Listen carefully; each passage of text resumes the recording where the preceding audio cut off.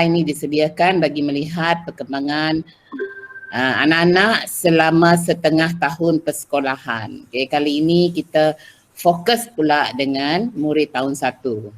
Okay.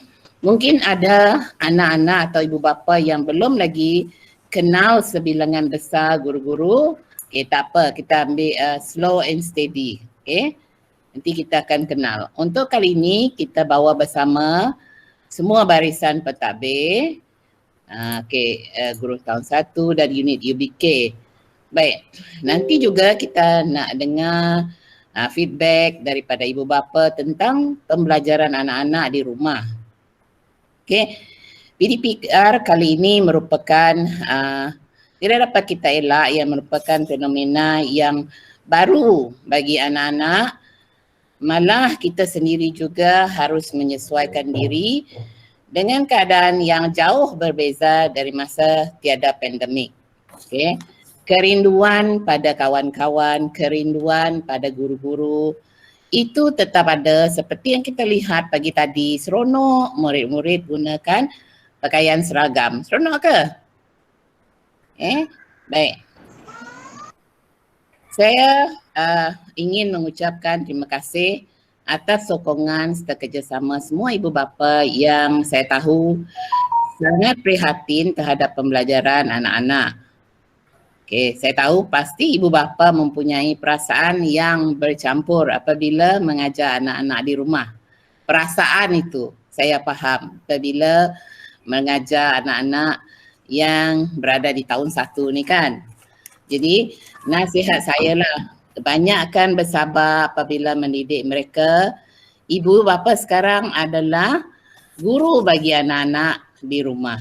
Jadi kita doakan pandemik ini segera berlalu dan keadaan kembali normal. Anak-anak pun boleh bersekolah semula.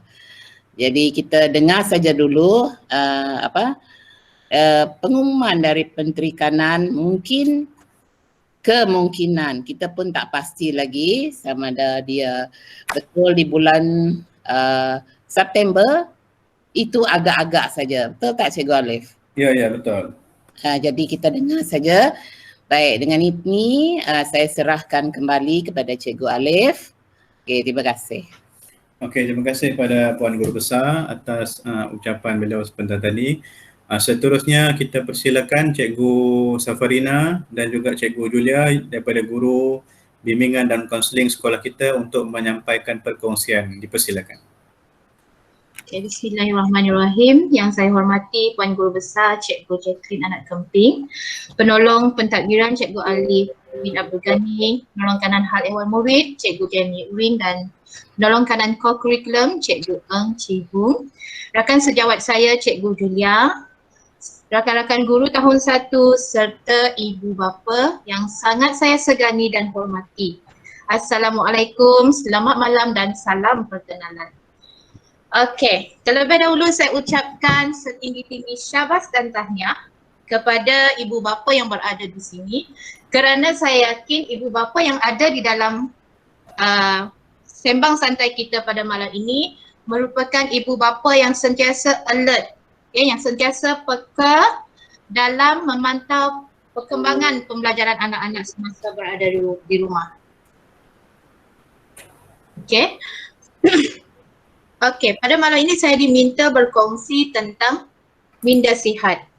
Bila bercakap tentang minda sihat, saya lebih tertarik kepada perkataan stres. Okey? Saya lebih tertarik kepada perkataan stres.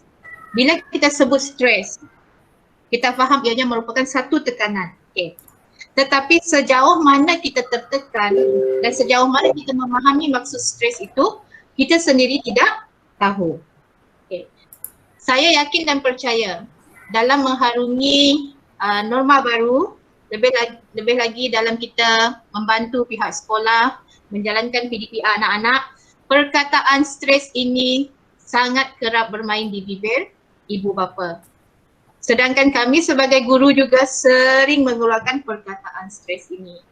Namun sejauh mana, setinggi mana level stres kita tidak dapat ukur. Okey?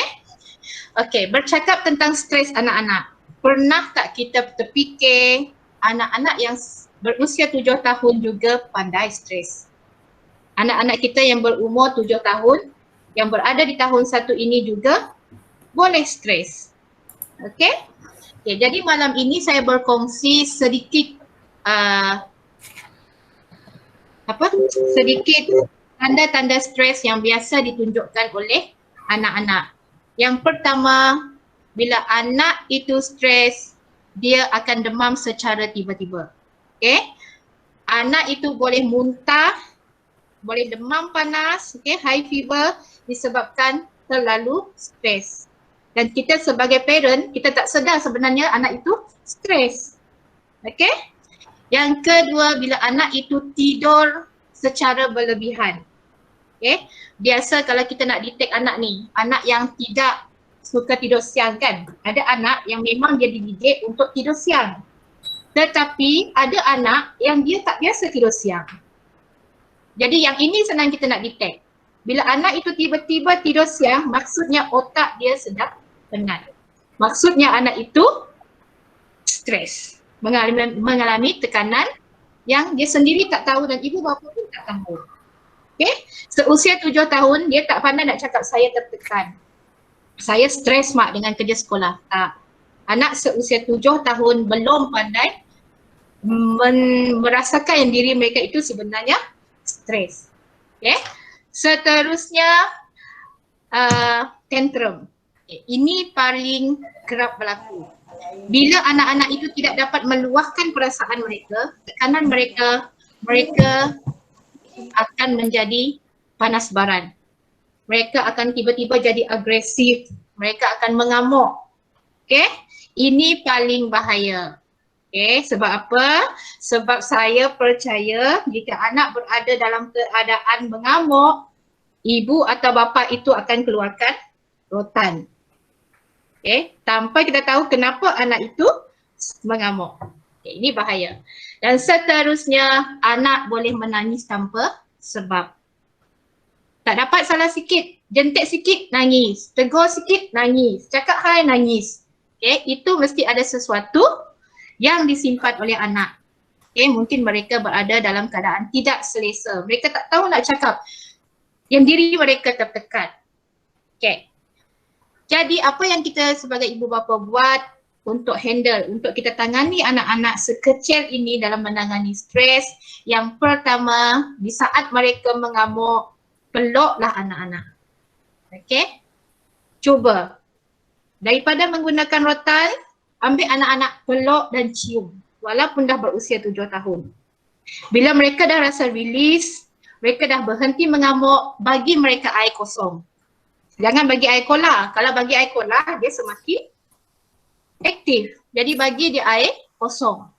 Okay, air kosong sangat membantu untuk kita release anak kita daripada mengamuk.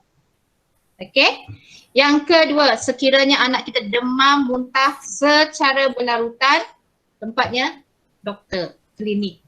Okay. Doktor akan tahu sama ada dia demam biasa ataupun anak ini ada simptom stres. Kalau di pihak sekolah, kami guru bimbingan dan kaunseling tidak boleh mengukur sejauh mana tahap stres. Tetapi di unit psikologi di hospital, mereka ada instrumen yang digunakan untuk membantu kanak-kanak seusia ini dalam menangani stres. Okey. Yang seterusnya, cara kita nak tolong anak sebegini di saat dia sudah okey, tadi dia menangis, dia dah okey.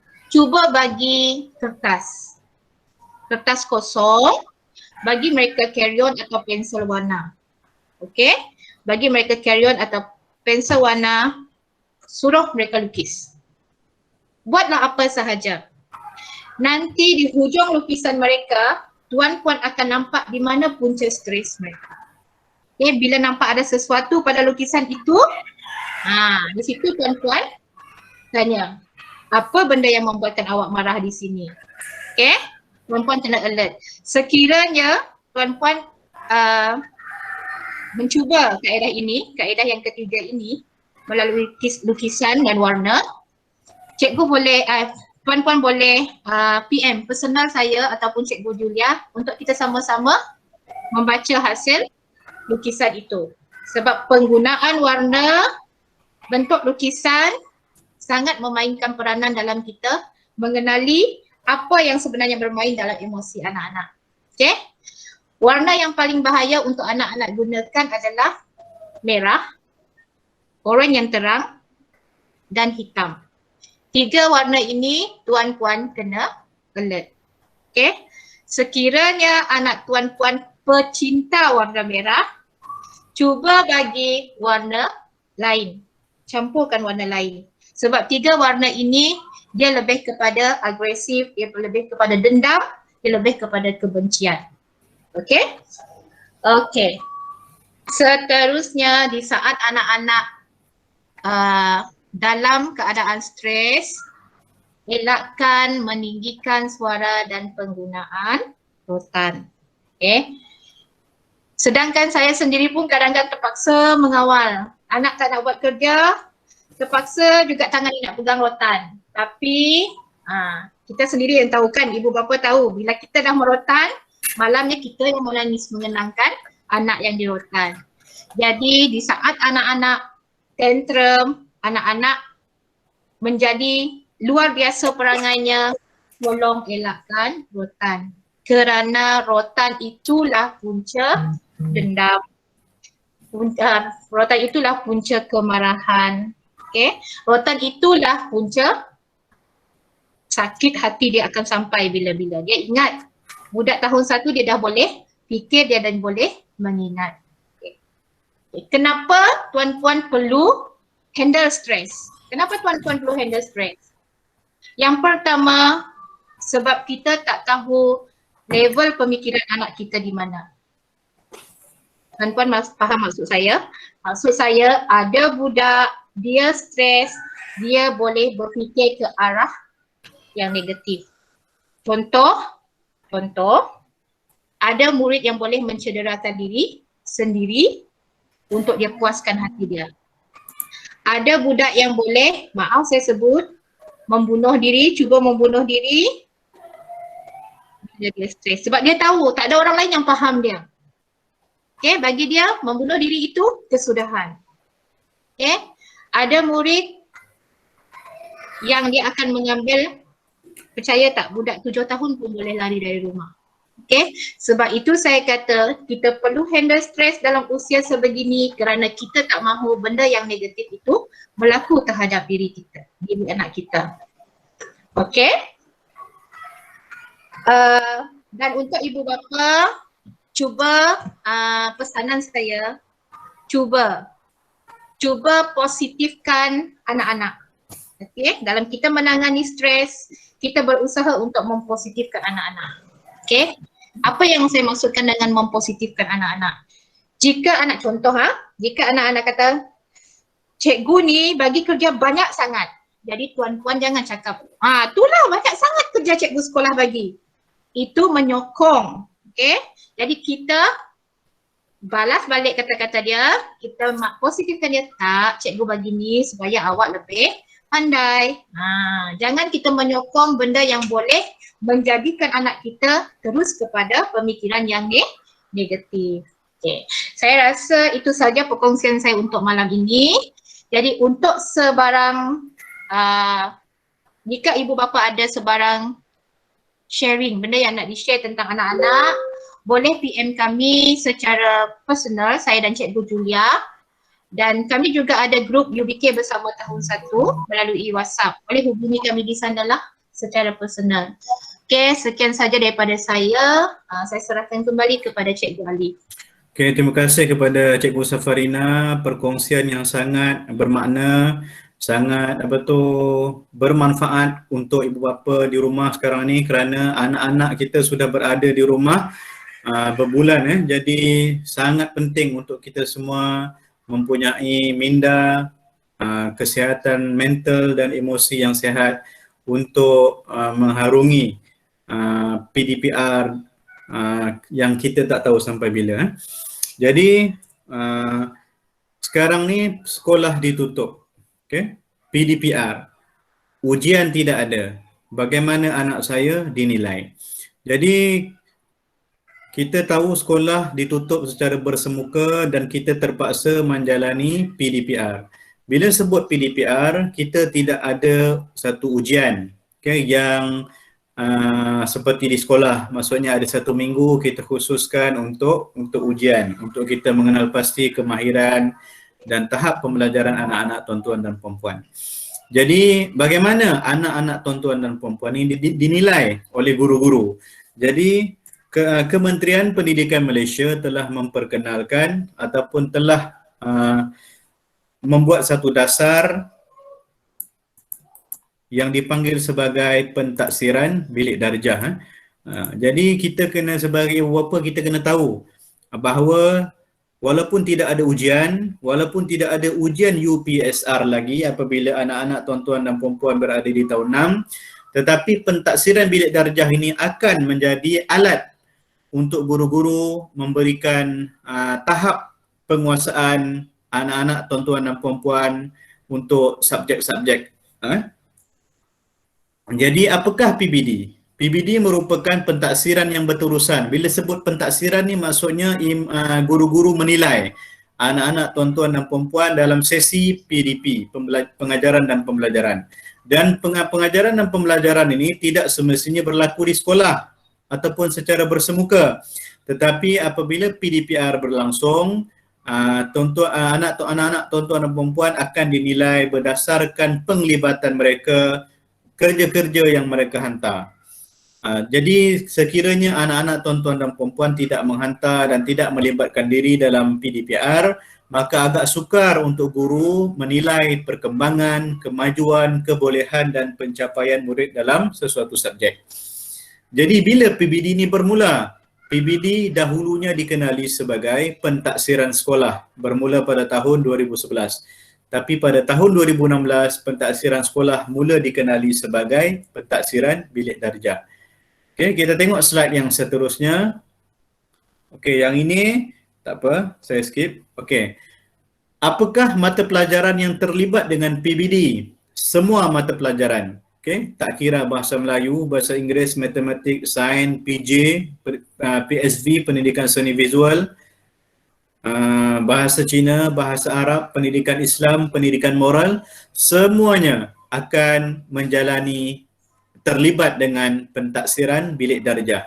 Bila sebut pentaksiran bilik darjah ini, apabila berlakunya PDPR, semua murid belajar di rumah, maka pentaksiran bilik darjah ini tetap berlangsung. Okey, tetap berlangsung. Jadi, tuan-tuan dan puan-puan jangan risau, walaupun tidak ada ujian, tetapi pentaksiran ataupun bagaimana anak-anak tuan-tuan dan puan-puan dinilai adalah berdasarkan pentaksiran bilik darjah ini yang berlaku untuk semua mata pelajaran. Pelaksanaan konsep PBD berlaku secara berterusan dari tahun 1 hingga tahun 6 di sekolah rendah. Jadi mengapa PBD penting? Okay, kita nak tahu, kita nak ibu bapa tahu. Kadang-kadang mungkin tuan-tuan dan puan-puan semasa anak tuan-tuan dan puan-puan berada di prasekolah mungkin tidak melibatkan diri di dalam PBD ini. PBD ini tidak lagi berlangsung. Tetapi apabila anak-anak tuan-tuan dan puan-puan mula sahaja melangkah ke tahun 1, maka pentaksiran bilik darjah ini akan bermula. Sejak hari pertama mereka masuk ke sekolah. Dan untuk makluman juga, memang Kementerian Pendidikan Malaysia telah memansuhkan ujian setara ataupun ujian serentak untuk semua murid tahap 1, tahun 2, tahun 3. Tidak ada lagi ujian bertulis. Maksudnya 1 minggu tu hari Isnin 7 pagi hingga 8 pagi ada ujian BM. Kita tidak ada lagi kerana Kementerian Pendidikan Malaysia telah pun mengarahkan agar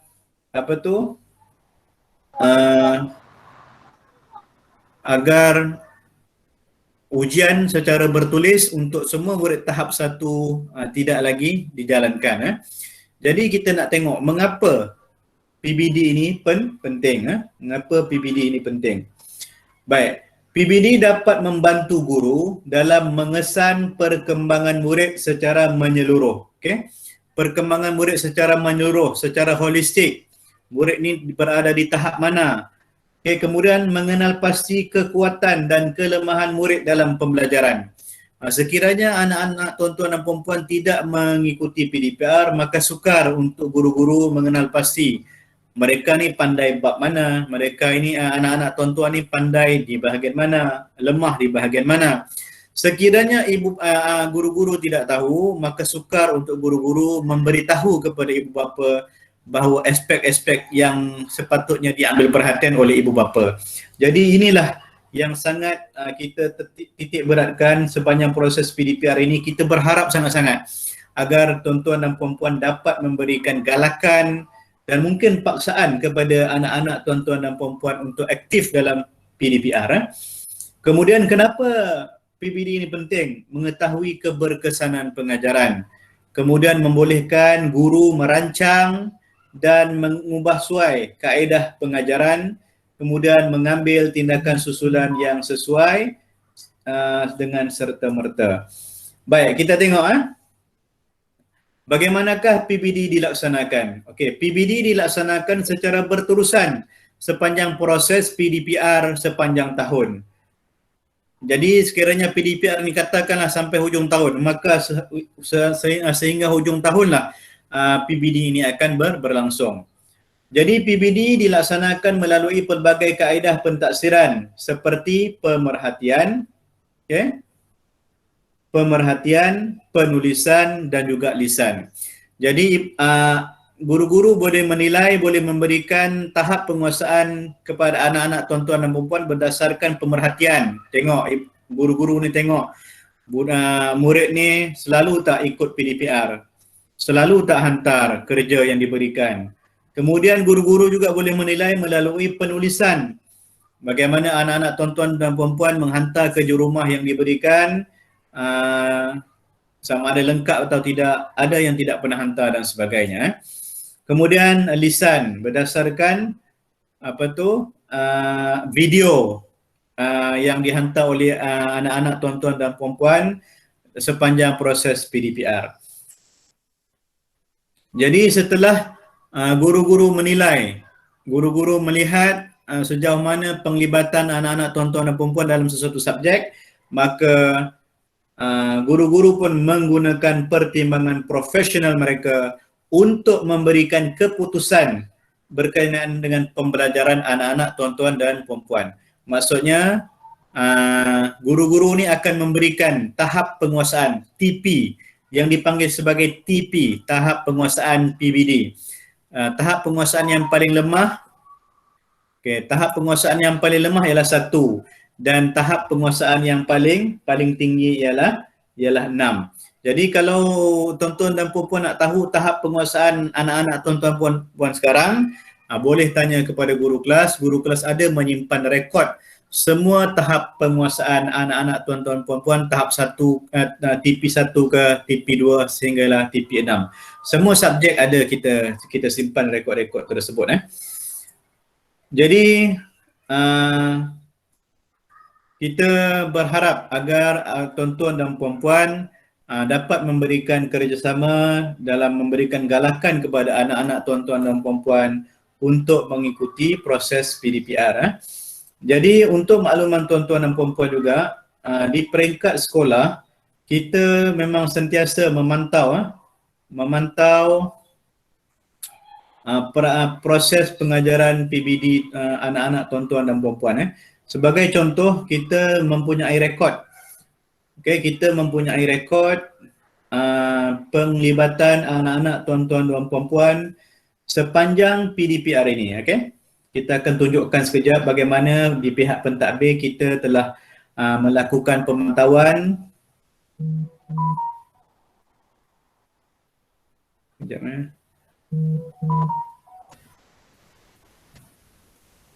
Okey, sekejap saya tunjuk di sinilah.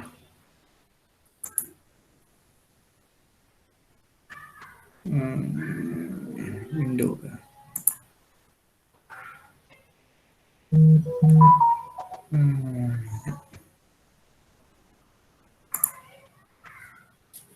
Sekejap saya terkeluar. Okey, saya nak tunjukkan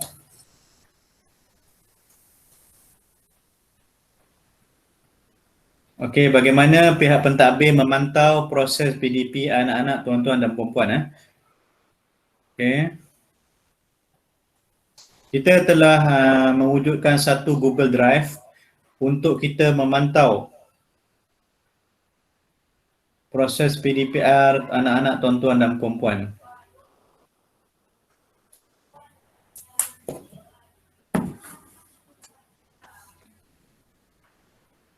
Kita tengoklah sebab petang tadi Google ada masalah dari segi sinkron apa, dia punya scenes beberapa file, jadi kita harap kita tengok kejap. Macam tak dapat buka ni. Okey. Kejap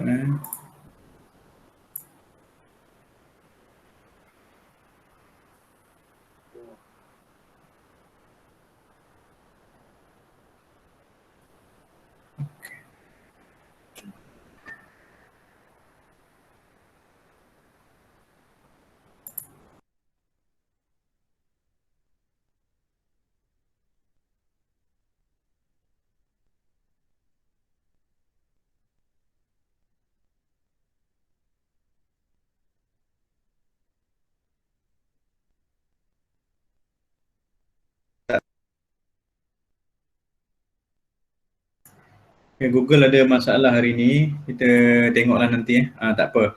Kita akan tunjukkan kemudian, tapi dari segi pelaksanaan pemantauan PDPR kita ada rekod setiap guru juga ada rekod bagaimana penghantaran PDPR anak-anak, tuan-tuan, puan-puan untuk semua subjek.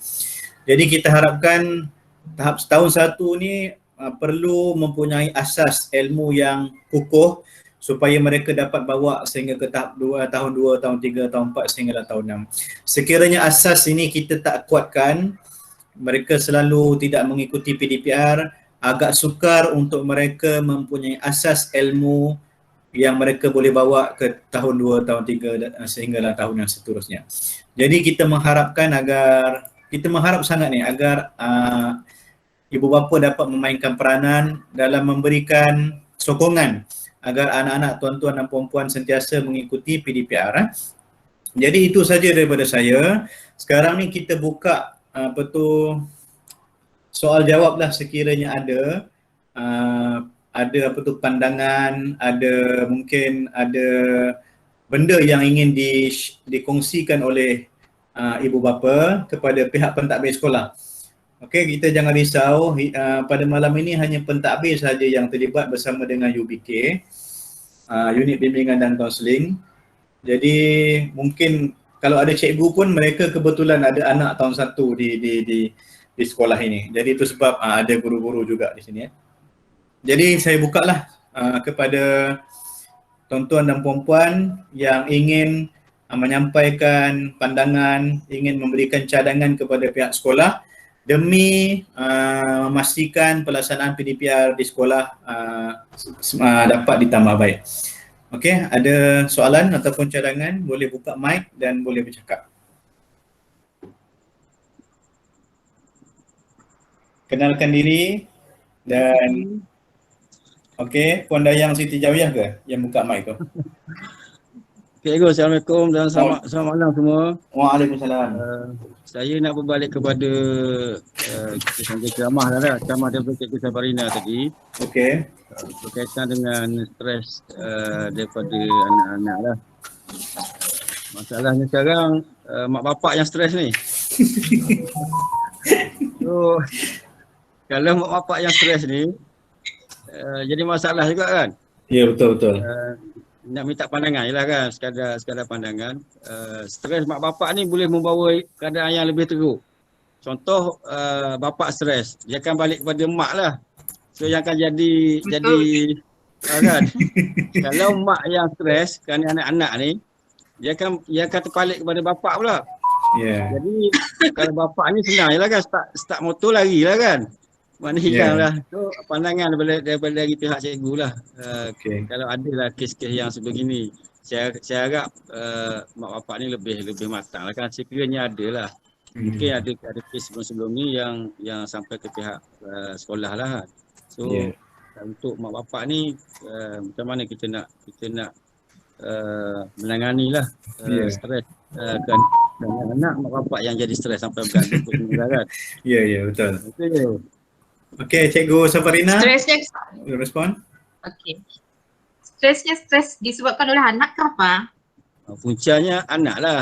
Bila kita Punca anak lah. bantu kita nak bantu dia dari segi pembelajaran dia kan. Tapi bila kita berulang masih tak dapat, so kita boleh bayanglah stres yang cikgu alami kan. Kita baru sikit, cikgu memang puluh-puluh orang lah student kan. Kita fahamlah keadaan tu, tapi stres tu masih datang kepada mak bapak lah. Okey. Kalau pada pendapat saya, stres ni sebenarnya disebabkan oleh kita tidak ada penyusunan jadual dalam hidup kita. Okey. Sebab itu kami, saya dan Cikgu Julia ada buat sharing di grup UBK apa yang anak-anak perlu buat pada masa-masa tertentu. Okay. Sebenarnya perkongsian itu bukannya perkongsian yang kosong. Kita suruh buat jadual. Waktu sekian ni anak-anak dah boleh bangun pagi. Ikut waktu sekolah. Okay. Ikut waktu sekolah anak-anak bangun pagi. Siapkan tugasan ikut jadual yang telah diberikan oleh pihak pentadbir. Okay. Jadi tugas ibu bapa, peranan ibu bapa ni sebenarnya tak perlu nak tak perlu nak marah, nak mendesak. Tapi kita didik anak-anak kita untuk mengikut jadual waktu yang telah ditetapkan. Okay. Saya cuba untuk anak saya sendiri. Saya ada 3 anak. Anak yang pertama sekolah menengah, yang kedua darjah 4 dan anak yang ketiga tadika. Ketiga-tiga mereka ini saya tetapkan bangun waktu seperti waktu sekolah biasa. Anak saya tak tidur lambat. Pukul 9 semua mesti tidur. Telefon semua saya akan simpan pukul 9 malam. Okay. Dan subuh pukul 5 anak-anak saya sudah bangun. Bangun, solat, mandi dan siap sedia untuk buat kerja. Okay. Siapkan sarapan dan cikgu bagi hantar kerja, mereka akan terus buat. Jadi sebenarnya benda ini serba sedikit membantu kita ibu bapa. Sebenarnya masalahnya pada kita yang tak boleh menyesuaikan masa kita dengan masa anak-anak. Okay. Contohnya, okay, cik apa nama dia? Lupa nama lelaki cikgu juga. Abang boleh. Okey, contoh Abang Lokman ni bekerja. Ya. Nya pun bekerja. Jadi Nya perlu fikir. Cik Lokman perlu fikir hal kerja Cik Lokman. Ju pun perlu fikir apa yang Ju perlu masak. Betul sih? Ya, yang menyebabkan kita dua stres. Okay? Sebab masa yang sama anak-anak pun perlukan kita dua. Kita on si ada ke situ. Kamek yang teruk tu. Kamek yang teruk, kamek tu nak dengar. Ramai orang dalam ni. Cuba ikut jadual waktu. Sebab ada juga Puan Ju ada pernah berhubung dengan saya kan. Bagaimana nak bantu anak-anak yang Cik Lokman, anak-anak handphone yang kawal. Okey, dia macam ni cikgu. Dari segi susunan jadual tiada masalah lah. Cumanya kita ni bukan dilatih sebagai seorang pendidik ataupun cikgu. Jadi pendekatan kita ni mungkin jauh lah beza dengan cikgu kan. Cikgu dia ada metod dia kan. Kita ni main belasah aja. Tapi bila anak-anak bila kita suruh buat arahan yang dibagi tu, dia orang macam pick up dia orang lambat, kena berulang. Jadi kita pun jadi makin jadi panas lah kan. Contohnya benda senang tu pun kau boleh buat kan. Jadi timbul pertikaian lah kan. Ini untuk maklumat semua lah kan. Kat rumah saya ni dah jadi Tarzan dah ni. Kalau mengajar ni dah macam Tarzan dah. Saya sendiri pun lari kan. Jadi mungkin hasil tu tak seberapa baik yang cikgu ajar secara face to face tu lah kan. Jadi kita nak pihak sekolah pun kena respon lah benda ni kan. Sebab apa yang kami ada ni kami setakat kemampuan kami je lah. Nak selaras dengan kehendak sekolah tu saya tak jamin 100% lah. Sebab kemahiran yang kita ada dalam apa ni memberi pendidikan di rumah ni memang saya tak agak 100% lah kan.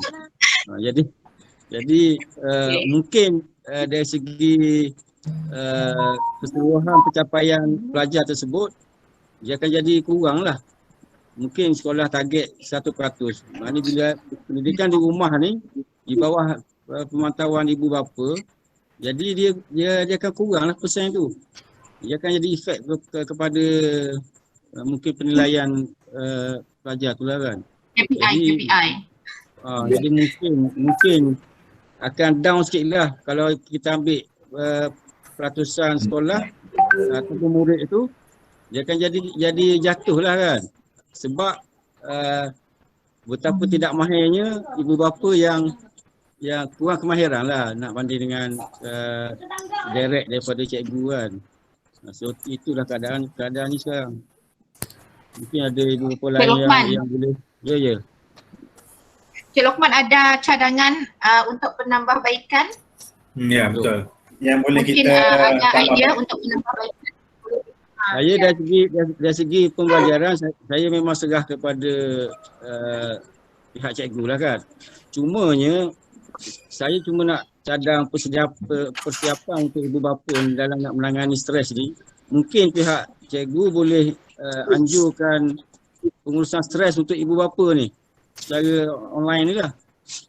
Jadi saya tak langsung kita ada sikit lah preparation diri kita bila keadaan dah nak marah tu, bila kita dah belajar pengurusan stres ni, kita boleh tu sikit lah kan.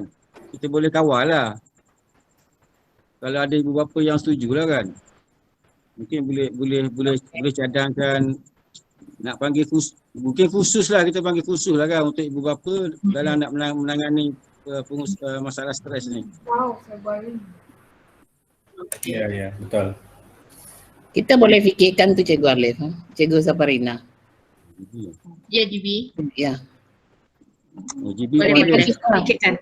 Baguslah feedback daripada bapa. Siapa nama bapa? Cik Lokman. Abang. Abang Lokman.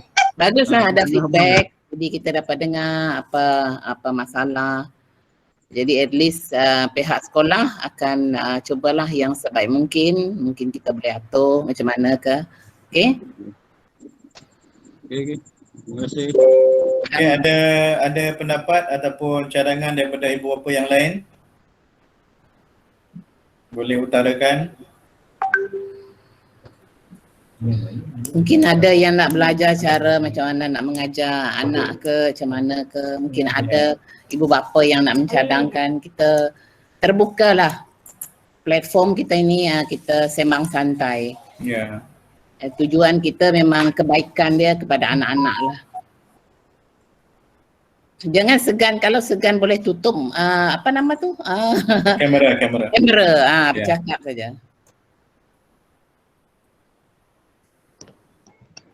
Hello. Hello. Ya. Siapa? Selamat petang. Selamat petang. Ya. Saya Jati, ibu kepada Jillian dari kelas 1 Excellent. Okey. Okay, cuma itu sajalah kalau pendapat saya lah.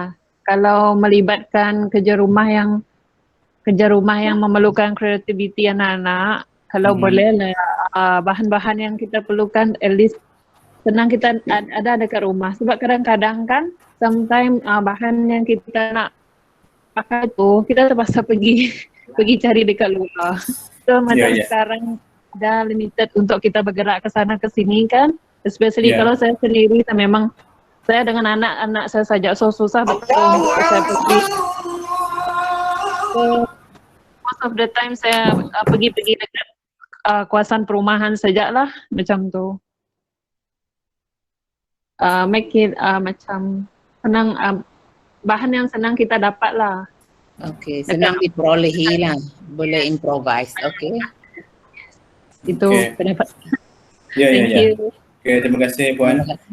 Okey, sama-sama. Memang kita di peringkat pentadbir, kita telah pun memberikan arahan kepada guru-guru kita supaya bahan-bahan terutamanya seperti sains, subjek pendidikan seni visual yang kadang-kadang memerlukan bahan-bahan yang untuk menyiapkan kerja tu, kita telah minta kepada guru-guru supaya memberikan arahan agar bahan-bahan tersebut yang berada di rumah saja. Maksudnya tak perlu kita cari bahan-bahan yang susah lah. Memang kita telah berikan arahan tersebut kepada guru-guru kita. Tapi kadang-kadang benda ni, bahan-bahan yang ada dalam buku teks ni memang terpaksa kita ikut juga sukatan. Tapi kita akan mintalah kepada guru-guru kita untuk menyesuaikan dengan keadaan dan situasi PKP ni, okey? Jadi terima kasih kepada puan yang menyatakan pandangan tadi. InsyaAllah kita akan berikan maklum kepada guru-guru kita untuk tindakan. Ya, untuk makluman PKP bersambung lagi sampai 12 Julai. Oh, sudah ada pengumuman ke JP? Tadi ada. Oh. Yalah, susah juga pergerakan kita. Memang kita faham. Aduh, sambung lagi. Aduh. Aduh. Perjuangan kita belum selesai tu, masih mungkin Yalah. masih ramai lagi yang belum kena vaksin ke. Ya. Sebut tentang vaksin, ni untuk makluman juga kepada ibu bapa tahun 1 untuk memberikan keyakinan lah kepada ibu bapa tahun 1 untuk hantar anak ke sekolah nanti apabila mungkin sekolah dibuka nanti secara bersemuka. Untuk makluman semua ibu bapa, guru-guru kita semua guru-guru kita seramai 55 orang dan staf IKP kita seramai 7 orang telah pun menerima vaksin, telah pun diberikan suntikan vaksin. Jadi di peringkat sekolah kita antara sekolah yang terawal lah menyelesaikan 100% guru-guru dan staf sokongan sekolah yang telah pun menerima vaksin. Jadi apabila sekolah dibuka nanti, tuan-tuan dan perempuan jangan risaulah untuk menghantar anak-anak tuan-tuan dan perempuan ke sekolah. Sekiranya sekolah dibuka lah. Iaitu untuk makluman sahaja. Okey, ada lagi?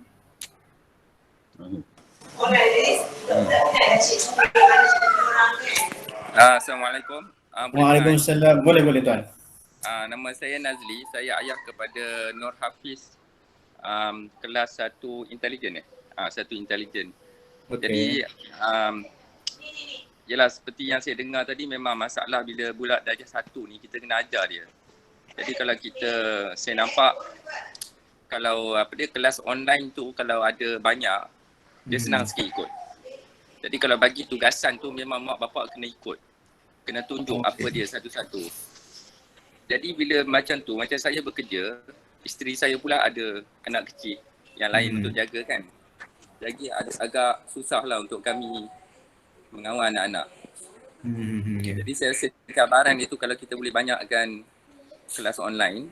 Kelas online Itu boleh menolong anak ibu bapa lah. Dan setakat ni yang saya nampak kelas online kalau subjek bahasa Inggeris yang aktif lah. Subjek ya, betul. saya rasa tidak ada lah. Okey. Itulah saya punya saranan. Okey, terima kasih kepada tuan.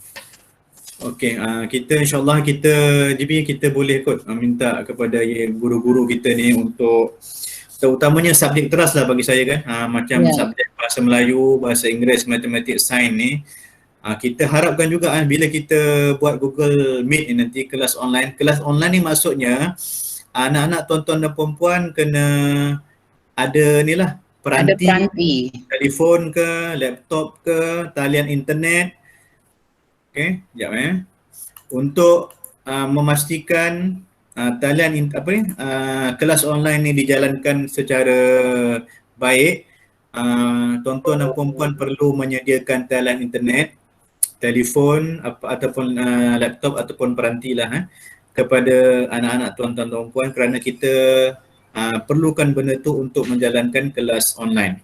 Okey, sekiranya anak-anak tuan-tuan dan perempuan tidak dapat menyertai kelas online tu pada waktu yang ditetapkan, pun jangan risau. Kita memang ada rakaman untuk rakaman Google Meet tersebut yang boleh tuan-tuan dan perempuan menonton dengan anak-anak tuan-tuan dan perempuan apabila tuan-tuan dan perempuan balik daripada kerja, boleh buka video tu untuk pengajaran. Jadi kita ni lah akan cuba untuk memastikan guru-guru kita menjalankan kelas online. Kelas online ni maksudnya kelas Google Meet lah kepada anak-anak tuan-tuan dan puan-puan. Mungkin ada pendapat yang setuju dengan kelas online ni. Kalau ramai, kita akan beritahu kepada guru-guru kita lah untuk kita jalankan kelas online ni pada setiap hari yang ada subjek teras, iaitu BM, BI, Matematik, Sains. Sebab kita antara salah satu kekangan juga keadaan anak-anak tuan-tuan dan puan-puan sendirilah apabila kita buat kelas online, penyertaan anak-anak tuan-tuan perempuan tu sangat minimum, yang menyebabkan guru-guru ni macam tu jugalah. Dia kena ubah balik dia punya pengajaran nanti. Jadi kalau kita ramai kita nak buat kelas online, kita akan beritahu kepada guru-guru kita untuk menjalankan kelas online secara Google Meet ini. Okey, ada cadangan lain? Ada cadangan lagi? Cikgu? Ya, saya. Siapa tu? Okey. Okey, Bapak Muhammad Mikael dari Satu Brilliant, Jubil. Okey. Kami silakan. mau mencadangkan agar cikgu-cikgu macam matematik, sains, cikgu mula video macam YouTube lah. Sebab video YouTube kita boleh rujuk balik lah link ya kan, cikgu beri link hantar dalam WhatsApp ke apakah, mun dah habis anak boleh rujuk balik dah. Kadang-kadang pakai Google Meet si dapat ada masalah and then mun cikgu record pun hantar ke WhatsApp pun, WhatsApp si dapat receive banyak macam WhatsAppnya berapa megabyte yang dapat receive. Mun cikgu upload ke YouTube, berapa besar pun dan anak-anak selalu boleh mujuk lah dalam YouTube ya. Kadang-kadang ada cikgu beri YouTube orang lain lah, cikgu-cikgu lain. Tapi rasanya anak lebih prefer nanggap muka cikgu sendiri. Okey, ajak lah, cadangan lah. Okey. Maksudnya video muka cikgu escape pujuk corner sendirilah kan? Macam Ustaz Syukri lah, cara Syukri lah, masanya ajar Arab. Okey. Cara cikgu Ustaz Syukri okeylah, boleh anak-anak boleh tengok lah apa yang diterangkan oleh Ustaz Syukri, apa yang diajar Ustaz Syukri, apa yang perlu dibuat untuk bahasa Arab. Macam lah. Okey, ya ajak cikgu. Terima kasih. Cikgu Halif, saya rasa cadangan ni boleh membantu Abang Lukman tadi. Ya, betul-betul.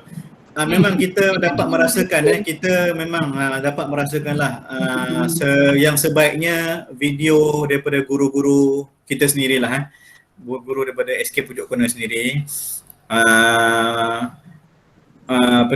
Kita akan usahakanlah kepada agar cikgu-cikgu kita ni membuat video dan mungkin dia akan upload dalam YouTube lah supaya dia akan berkekalan. Kalau YouTube ni dia akan kekal cikgu. Kalau Abang Lokman tak faham kan, boleh buka YouTube balik, okey tengok balik apa yang cikgu ajar. Betul. Memang jadi kita ni lah mungkin kita kurangkan YouTube daripada cikgu-cikgu lain lah kita akan minta cikgu-cikgu Pujuk Corner sendiri yang buat video pengajaran tu. Memang itu menjadi hasrat kita juga lah di pihak pentadbir agar guru-guru Pujuk Corner sendiri yang membuat video untuk disampaikan kepada anak-anak tuan-tuan dan puan-puan. Mungkin ini juga salah satu cara lah cikgu ni anak kepada siapa tadi yang Tuan Nadli tadi ke? Sekiranya kita tidak menjalankan Google Meet, mungkin kita akan buat satu video dan kita akan upload dalam YouTube yang akan boleh ditengok bila-bila masa. Mungkin bila tuan dah balik kerja, mungkin boleh tunjukkan kepada anak-anak tuan-tuan dan puan. Okey, jadi cadangan yang baiklah, cadangan yang baik. Memang kita memang hasrat kita juga sebenarnya untuk mengurangkan video-video daripada orang lain lah. Kita nak cikgu kita sendiri yang buat. Okey. Bagus. Ada lagi? Yang di dalam komen ni message pun sama.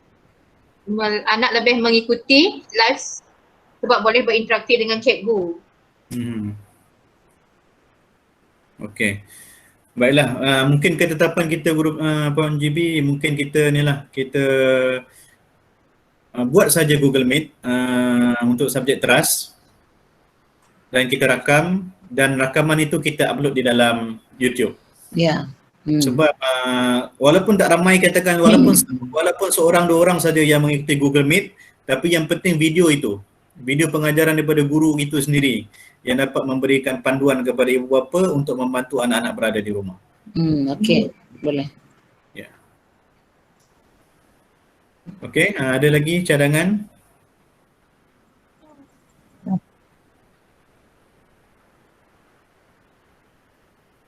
Kita memang mengharapkan, kita memang memberikan fokus kepada subjek teras dulu, BM, BI, Mathematics, Sains. Sebab ini ilmu yang paling penting. Kalau subjek-subjek lain tu kita harap tuan-tuan boleh terimalah dengan pendekatan memberikan latihan, memberikan video-video pendek saja. Yang kita nak memberikan fokus ni pada subjek teras lah, BM, BI, Mathematics, Sains dan juga mungkin agama. Dan juga agama lah, agama pendidikan Islam. Untuk mereka membuat video ataupun Google Meet. Jadi untuk subjek lain tu mungkin tidaklah, sebab kalau Google Meet yang selalu sangat pun dia akan memakan data internet ibu bapa juga. Itu satu isu juga tu. Jadi memang kita yang masalah anak ramai ni. Kalau Google Meet ni kan. Ya betul. Kalau anak 3-4 orang itu baru satu mak.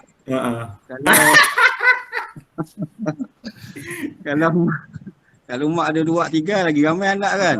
Jadi kita nak fokus pada Seorang-seorang cikgu. Nak fokus orang ni, kelak orang ni. Jadi ada masalah sikit lah situ. Ya. Boleh ditangani tapi Jadual dia akan jadi balik stres tadi ya. Jadual yang berbeza lah. Ya betul jadual yang. Okey, tak apa. Kita ni lah kalau kita yang penting sekarang ni kita buat Google Meet. Contoh misal katalah kalau bertembung dengan anak-anak yang lain, jangan risau. Pilih yang mana yang tuan-tuan dan puan nak anak-anak tuan-tuan bertengok Google Meet tu.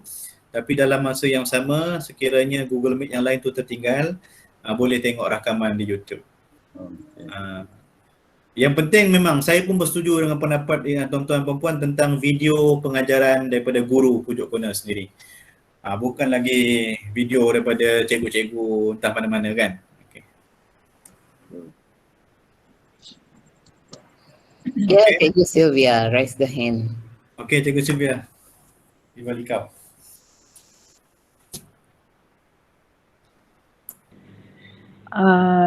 Ini cadangan saya sebagai ibu bapa dan sebagai guru. Saya mengajar subjek BM untuk tahap 1. Selain daripada Google Meet, ada juga parents yang message terutamanya untuk subjek BM yang tahap 1 ni sebab kita perlu mengeja kan. Bersetuju ke tidak ibu bapa kalau macam cikgu macam saya akan buat video menggunakan PowerPoint bukan melalui Google Meet. Sebab Google Meet ni sebenarnya memakan banyak data untuk mereka. Jadi data mereka tak cukup sebab mereka ada anak di sekolah menengah. Jadi priority tu, keutamaan tu mereka lebihkan kepada untuk anak-anak sekolah menengah dahulu. Sebab ramai juga yang PM saya. Jadi bersetuju kalau ibu bapa guru-guru tahap 1 lah kita buat video melalui PowerPoint sebab PowerPoint pun dapat nampak muka juga. Jadi video tu boleh direkod dan dikompres untuk masa yang lebih pendek. Macam mana?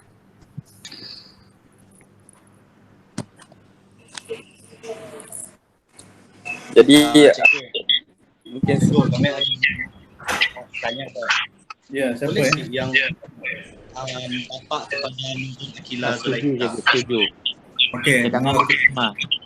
Mungkin kami setuju pasal kelas mengeja ya. Tapi masalahnya anak kami tu ni ada nya boleh boring, nya pandai boring kena mengeja sebab nya dah tahu membaca dengan mengeja even dalam full form ataupun short form. Nya even boleh WhatsApp Jadinya mostly saya ada interest lah untuk mengejar, macam contoh mengejar benda pendek-pendek lah.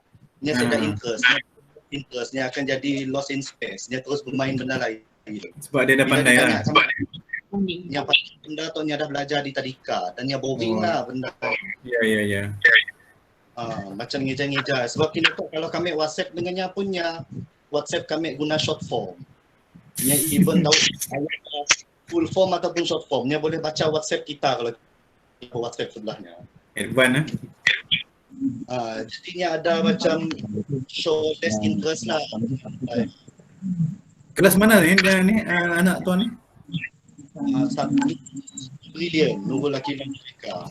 Okey, nanti guru kelas ataupun guru subjek take note mungkin untuk adik ni kita tak perlulah ajar mengeja lagi sebab dia dah pandai mengeja kan. Jadi bagi aktiviti pengayaan lah. Aktiviti pengayaan ni maksudnya murid yang pandai mengeja tu kita ada aktiviti lain untuk kita bagi kepada anak yang pandai-pandai. Dia suka nyelak. Dia suka melawak lah waktunya jawab soalan. Dia even jawab soalan betul. Macam contoh tadi kerja rumah diberi dengannya gambar pam tandas. Lepasnya ayat di pam lekai gambar bapak.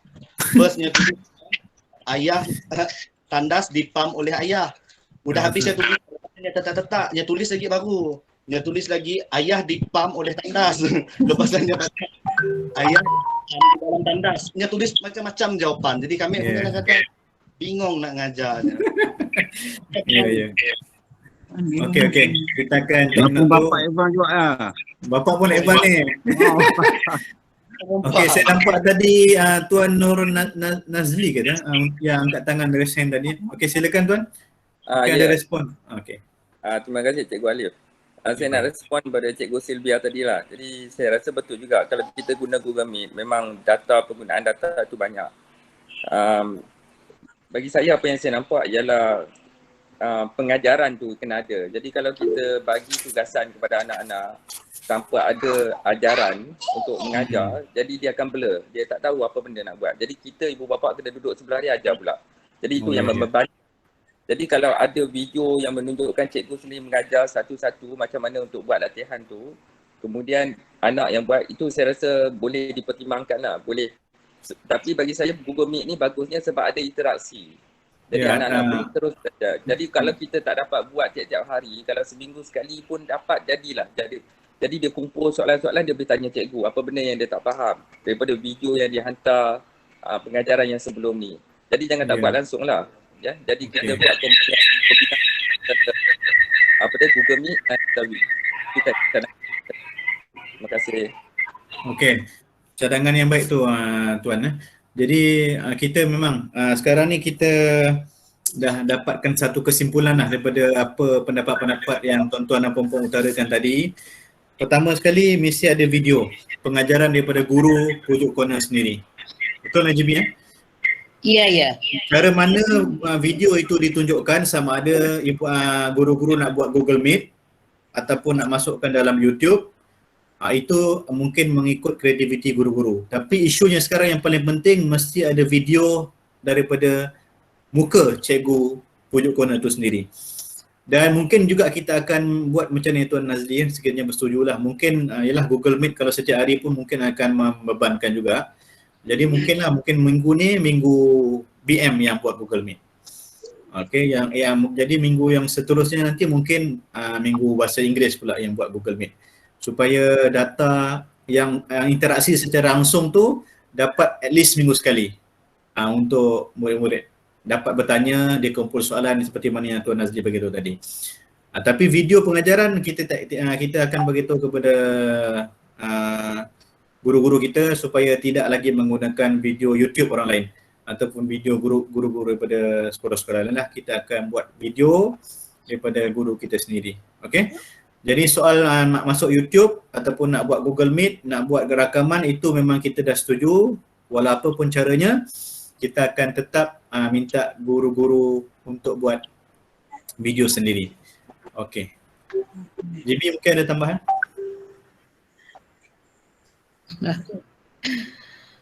Okey. Ni saya baca yang fake ni tadi mungkin untuk yang PKP. Saya harap tidak ada lah PKP.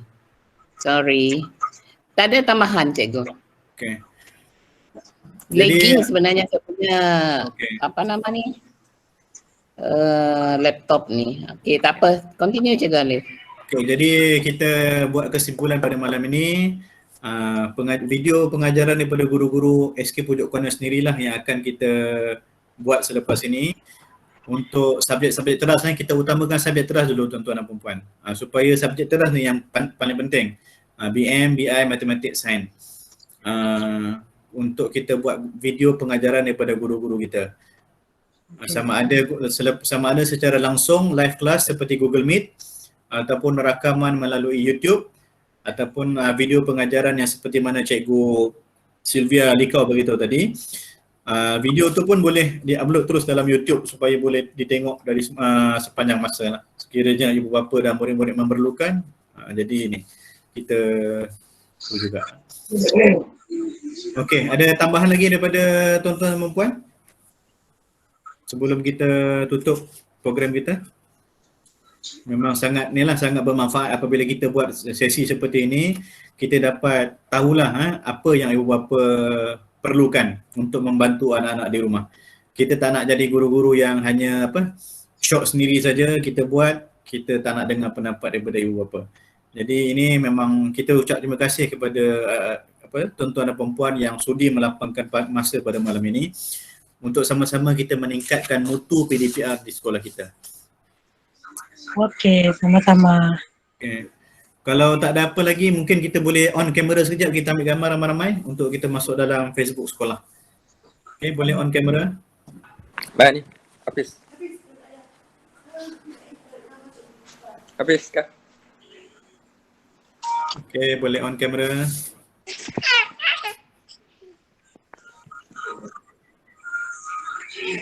Okay. 1, 2, 3. Okay. Okay, terima kasih tuan-tuan dan puan-puan.